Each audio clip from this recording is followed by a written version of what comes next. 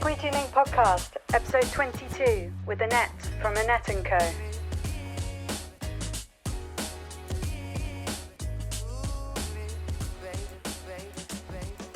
Thanks for coming on, Annette. I was wondering if you could start by introducing yourself and telling me what your business is. Yeah, absolutely. Thank you so much for having me, Chessie. So my name is Annette Ferguson. I'm a chartered accountant and certified Profit First professional. And my business is Annette Co, which is a UK-based accounting firm. Yeah.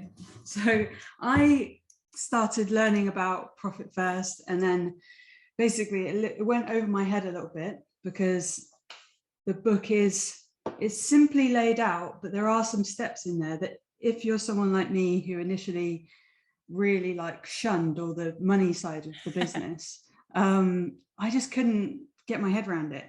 But then what Mike McAllowitz has done with his book is that he's trained you up, right, to be able to initiate this in other people's businesses. And so there's basically specially trained accountants, right, who just use this profit first mechanism to sort people's businesses out. Yeah, so exactly. That's how I found you, isn't it? Exactly. So yeah, Profit First is it's a book by Mike McAllowitz, but it's also a cash management system for businesses. And so many businesses, they have a transaction management system, so Xero or QuickBooks or something like that to actually track and manage the transactions. But what most business owners, and I'll put my hands up and say I was like this in the beginning too, we forget to have a cash management system in our business, a way to actually manage how the cash moves through our business. And what typically happens with most business owners is they end up, the money comes into their business and it seems to all disappear out almost at the same day. It all just goes as soon as it comes in.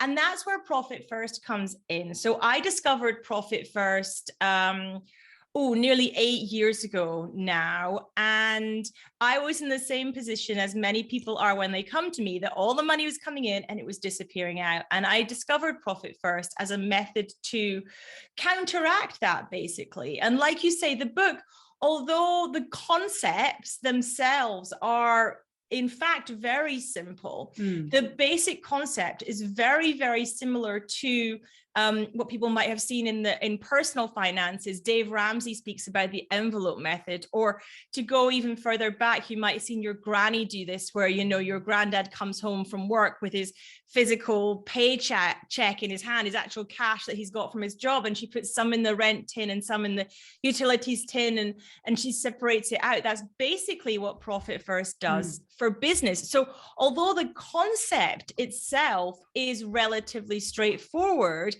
people were struggling with the actual implementation of it. How do I actually get this into my business?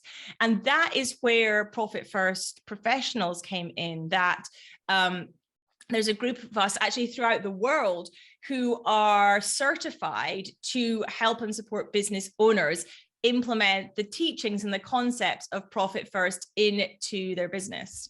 Yeah, exactly, because you can just really easily mismanage the cash. And looking back, I used to make it incredibly difficult for myself. And I always felt like I was clinging on, just for bare, I would probably go down at any time, because the money was always just tipping right down to the bottom. And then I'd get an influx again. But then it gets more complicated when you start collecting VAT. And then you've got that 3 monthly or 4 monthly horrible deadline. And you're like, oh God, I've got to scramble together thousands of pounds by tomorrow. Yes. You're just living in this fear cycle all the time. And it's and as the numbers become bigger and the amounts become bigger, it's not something that you can then suddenly go, oh, it's okay, I've got so-and-so paying me on Tuesday, that'll cover it.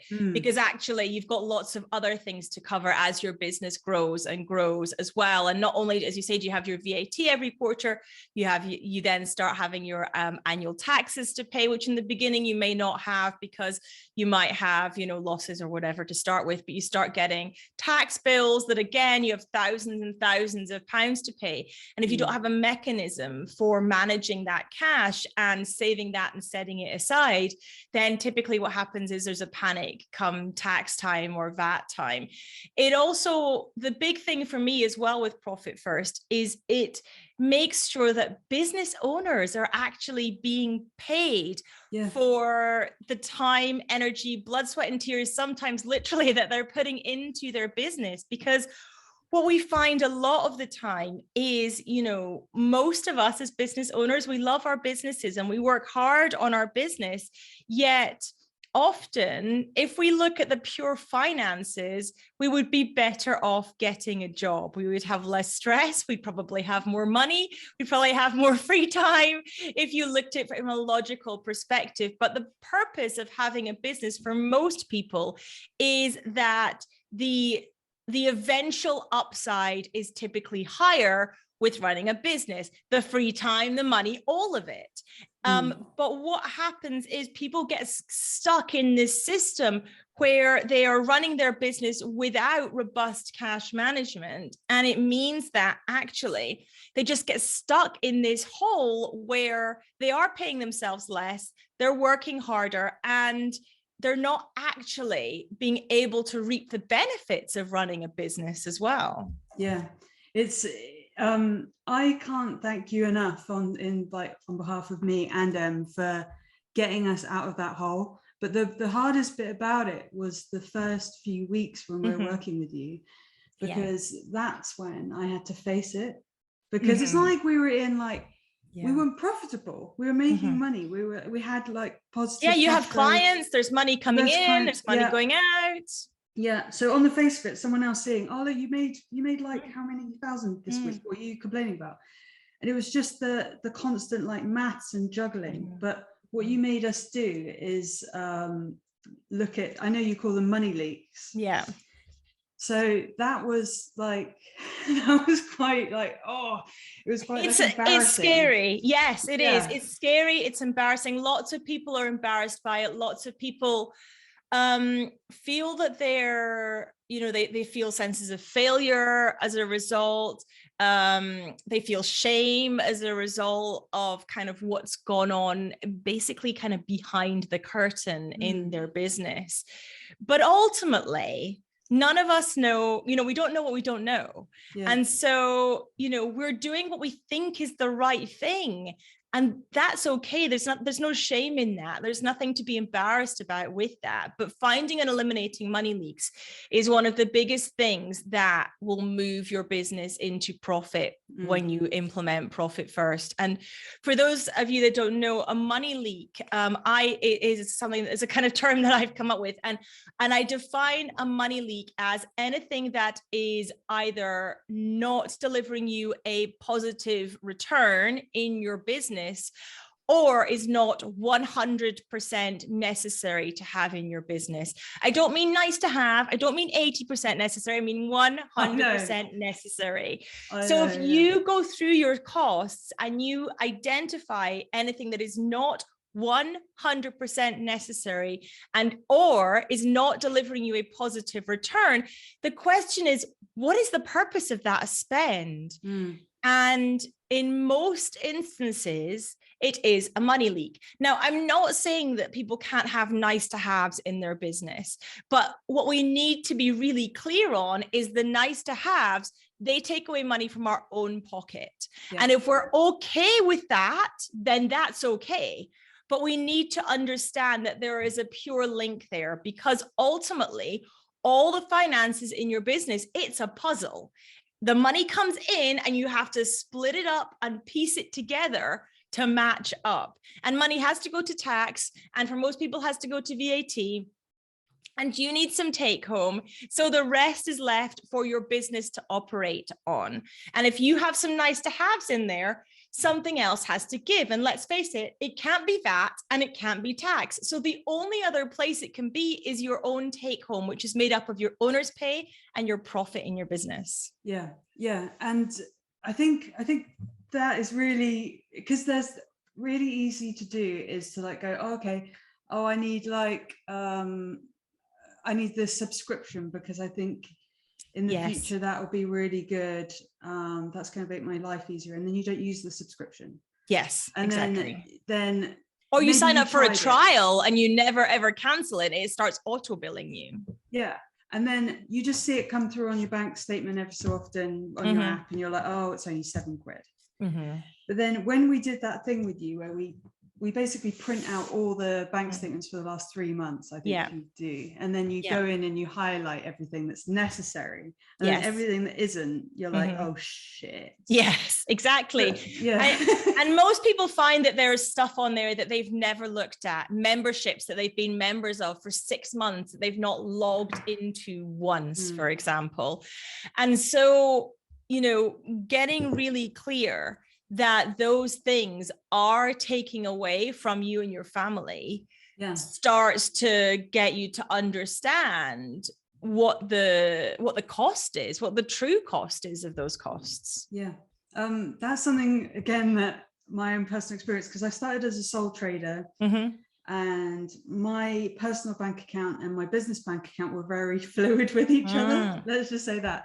So I'd go and do like a payment at B&Q or something, and then I put it on my personal, or I'd go and buy something personally, and it was just all over the place. Which is very common, particularly with sole traders. But in my mindset, I was thinking, oh, it's all coming back to me anyway. No one else is relying on me. It's okay. This is all just my money. It's all going to be sorted out at the end of the tax year or something. I don't know. But then when I got married and brought Em on as a director, then it's like, shit, this isn't just my money anymore. We both, every pound, every bit of money that I spend directly affects her. And vice versa. So we now have to justify all our costs to each other, because there isn't any of this like fluidity and like you know, uncertainty about where the money is. All of it has to be accounted for perfectly. So that's like a good transition that happened when we became directors. Absolutely. And you don't need to you know, if you have sole traders listening, you don't have to force yourself to go down that limited company route to adopt that mindset either. You can understand that actually your business is a business, and you can operate it as such, and your personal finances are your personal finances, and you operate those as such. And yes, you need to make a transfer from your business to your personal, because that's what you do when you pay yourself for the work you do. But the kind of, as you said, the fluidity between the two can really confuse things, both from a mindset and actually from a recording perspective as well. I found that the structure that you put in place for Profit First was the most useful, because we do it every single Monday without fail. And you can see our spreadsheet going back years now. And so basically we just write a column, we put the money in all the little pots that it's supposed to be in. And that kind of like just makes us reflect on what's happened in the business in the last week, and it shows us if we've made profit, and it just gives us that kind of like payment structure. So we're not it's like kind of anchoring, isn't it? It's an anchoring into the kind of state of play of the cash in the business. And you start to, when you start to do it week on week, you start to realize there are sort of phases in your business that, you know, some weeks you'll make X amount, and you'll know if you have a, you know, bad week in inverted commas, if it falls below a certain amount, and you just start to see those patterns emerging from week to week. Sometimes, you know, for some businesses, they'll see them within the month, because you'll have businesses that, you know, typically customers spend more around payday than they do in the middle of the month. So some people will see that intra-month. Some people will see it from month to month. They'll see like they have high periods and low periods, for example. And so you can start to see what the trends are in your business as well. And you get a real feel for how the cash is operating, rather than a sort of snapshot when you panic and look at your bank account because you've got a bill in and you wonder how on earth you're going to pay it, which is the sort of pre-profit first method for most people. And also something I don't think people realize, unless they've seen both sides of before and after Profit First, is profit for me, and I was told this like literally by my parents who run businesses. The idea was that the profit is what's left at the end of the year, and it's what your accountant says your profit is. Yes. Because it's left over. And I was like, I don't have any left over. I've used it. I've invested it. I've bought kit. I've done things. Maybe I've paid myself a bit extra.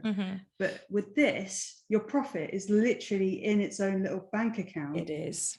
Yeah. And that's it build. And that's, you know, that's the big kind of shift from the traditional view of profitability. So most people, when they think of profit, they think of that number that sits at the bottom of their profit and loss account on the report that their accountant gives them once a year. And they look at that profit number and they say, well, that's all very well, I've made 10 grand profit, but where's the money? Yeah, where is it? And the answer from the accountant, by the way, is, oh, no, that money doesn't exist because there's stuff that's happened in the balance sheet that's affected that. And that's when most people's eyes glaze over and they go, I have no idea what you're talking about, but okay, I'll take that for granted and I'll just go with that.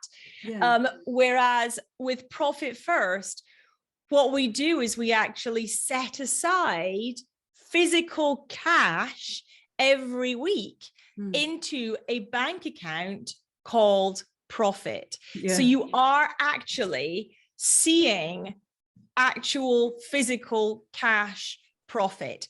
Now, that as an aside won't tally to the profit that you see in your profit and loss account from your accountant, because there are two things going on here in your business. And for a business to be financially healthy, it needs both. It needs a transaction management system, like I spoke about before, which is your Xero or your QuickBooks or something like that.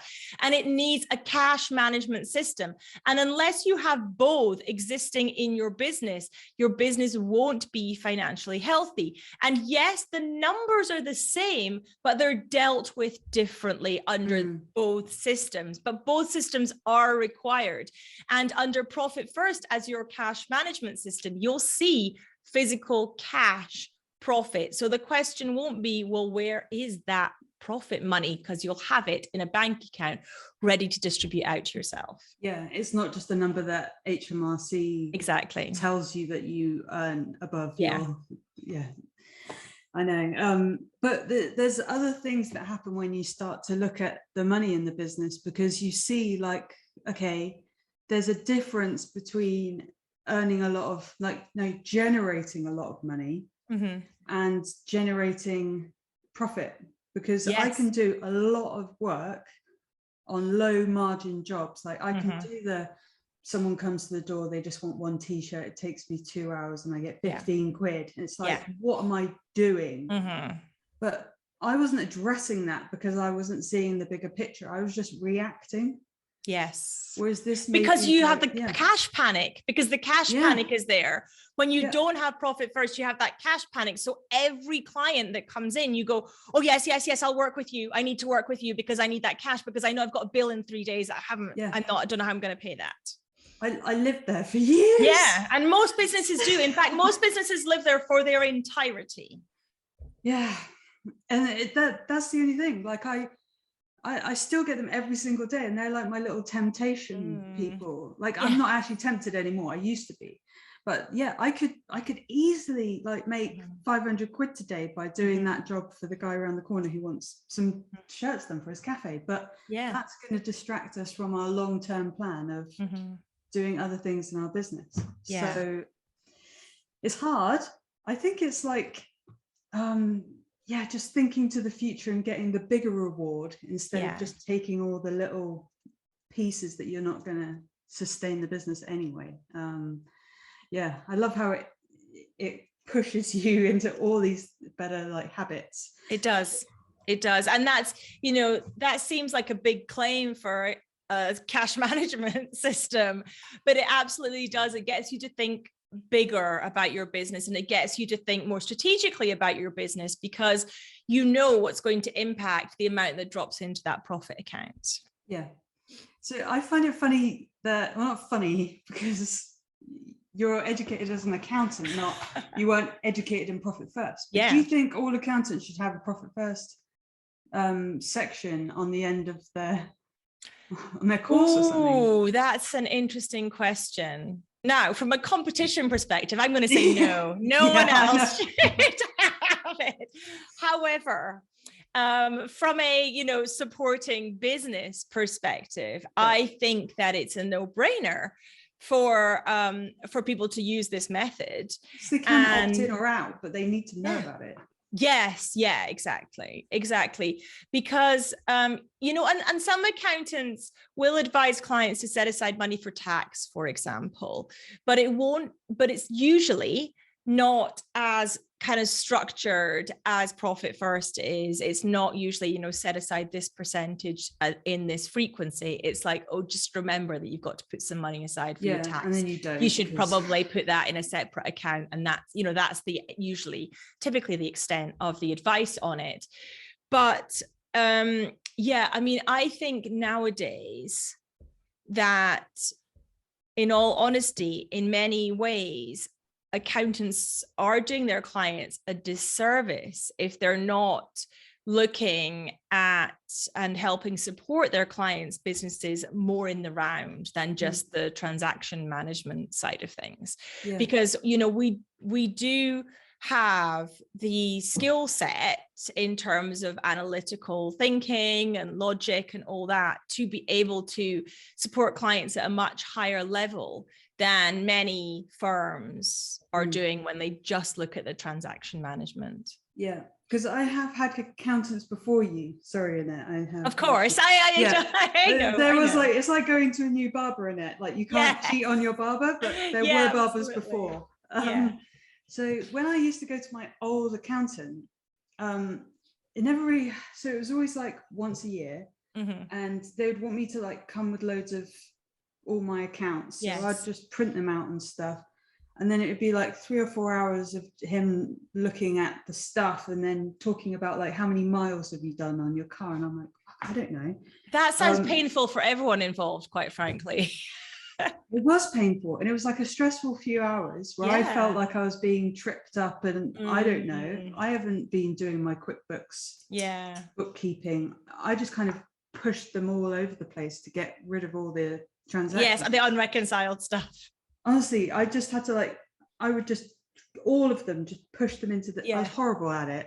And I felt like HMRC was just going to come and see me one day and go, oh, okay, for the last few years, we need to go back and do this properly, which would have been impossible. Yeah. So it's just, I think basically paying for bookkeeping and accounting has been the most important thing that we've spent money on in the business for the last few years. Like, even through COVID, when we turned off every single payment, we didn't turn off you guys, obviously, because I appreciate. But you also just like went, oh, because you're so active in it, you were like, oh, guys, there's a grant for this. Yeah. And then you got us back like 10K of a grant that we didn't even know was a thing, because you're in it and and we're talking to you all the time. So it's that type of thing. Instead of like at the end of the year, you're trying to help us out, because if us businesses grow that you support, then you ultimately grow as well, don't you? Yeah, so it's great. Exactly. And why wouldn't we want to see our clients succeed? I don't know. That's I love that. I love business in general, and I love talking business, and I love seeing clients' businesses flourish. I get a huge personal hit from that. So it's amazing. Yeah. Well, since being with you guys, we've launched 2 other businesses. So hopefully they'll grow just as well. Well, they're on the right track for sure. Exactly, because they've got the right foundations and stuff. Yeah. Is there anything else that just quickly that you see in businesses? There's this one particular topic that I don't know how you talk about. So when people do their pricing, so say t-shirt printing, because we're talking to t-shirt printers here. Yeah. A lot of people just look around the industry to see their prices on the other websites, and they go, oh, okay, they're charging like £2 a print. Should printers in this kind of like service-based industry, should we be doing like margin percentages, or should we just put on like, is there like a percentage profit that we should be putting on things? Like, how do you go about working that out? Good question. So it's a big topic, but it is. So what I would do though is I would, if I was running a printing business, what I would do is I would start and I would look and say, okay, how much does it cost me to print? And it might not be one t-shirt, because that might just be skewed by the fact that you have the setup time. So you might say, okay, an average order is for 50. Let's say, okay, what are my costs that I'm going to have for that? So what are my ink costs? What's my setup time and my cleanup time? Layering in your time is incredibly important when you're looking at pricing, because even if it's only you doing it just now, at some point, if you're going to grow, you're going to hire someone in that role. So what is the time that it takes, and pricing that at an equivalent hourly rate that you would pay someone to do that role? It might be minimum wage, but it might be higher. So what is that? What is, your consumables, your inks, your tape, all that kind of stuff, your actual costs of the shirt? So do you have postage costs that you need to layer in there? And really getting clear on all the costs that you're going to have. As I said, including time, packaging time, posting time, like all the time to print, that you need to be kind of physically watching the machines. All of that needs to be layered in, as does, by the way, some kind of allocation for basically repairs and maintenance of the machinery, because stuff will grind down. You'll need to replace machines from time to time, so you need some kind of allocation in there for that. That's probably going to be a tricky number to work out, but you need to put something in. And then you need to remember tax. So you need to layer in that you're going to be paying tax. If you're VAT registered, you need to layer in VAT. You also need to layer in owner's pay. So you need to increase the price that you're going to sell, because some of that money is going to you. You need to increase the price you're going to sell, because some of that money that you get needs to be allocated to the overheads in your business. And you need to make sure it's profitable as well. So we need a spreadsheet. We need one. Basically it's a spreadsheet. It is a spreadsheet. And some of these things are going to be difficult numbers to just pluck out the air. You might have to go back and look at things like how many t-shirts on average do you sell a month, and what are your average overheads, and therefore what's your approximate allocation of overheads per t-shirt, for example. You want to also look at your take home and what you want from the business, and again, how many do you sell a month, and therefore what allocation will you put in the pricing for your take home. But it is a spreadsheet. Ultimately, I would like to give people a really quick snappy answer, but it involves a spreadsheet and probably a calculator. but that was really useful. So for the screen printing side, we had worked out quite a lot of that beforehand, but with the selling t-shirts one, you made us a spreadsheet. I did. And that was really handy, because on there you can go in and change the how many shirts do I need to sell every month number. And that gave us our targets for the whole year. Yeah. So we just went in, and I was like, you've basically highlighted the boxes that I'm allowed to touch, and the ones that ruin the whole the ones that don't break the machine. Yeah, the green ones Chessie's allowed to mess with. So I was like, I went in and was putting 100 shirts, and it was oh God, I'm not even breaking even on that over the month. So I have to sell 150. I don't know what the actual number is. But I have to sell 150 shirts, and then I'm breaking even. Yeah, exactly. If in your head you've sold 150 shirts that month, you think, oh, I'm doing really well, but actually you're making a small loss incrementally over time, and you could just be killing your business. Yeah, exactly, which is a slow death for a business in reality. Death by 1,000 cuts. It is. A small loss every month is exactly that. It's death by 1,000 cuts. Okay.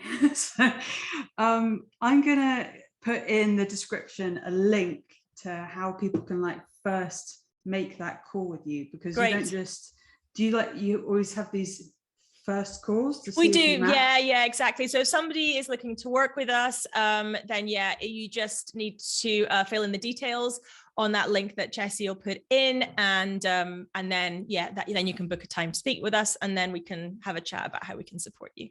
Yeah, and if you're lucky, you'll get Annette, but you'll probably get one for team. Yeah, well, we've just got somebody who's gone on maternity leave, so you might get me as might get me as well, because I'm taking over some of her calls. So it's a higher possibility right now than it was before. Yeah, so get in now, so you get Annette. Exactly. Not that the other team members aren't great, yes, but you know, the rest of the team are amazing as well. Yeah, awesome. Thank you so much, Annette. Really appreciate your time today. I appreciate you having me on. Thank you, Chessie. Thank you. Yeah, bye.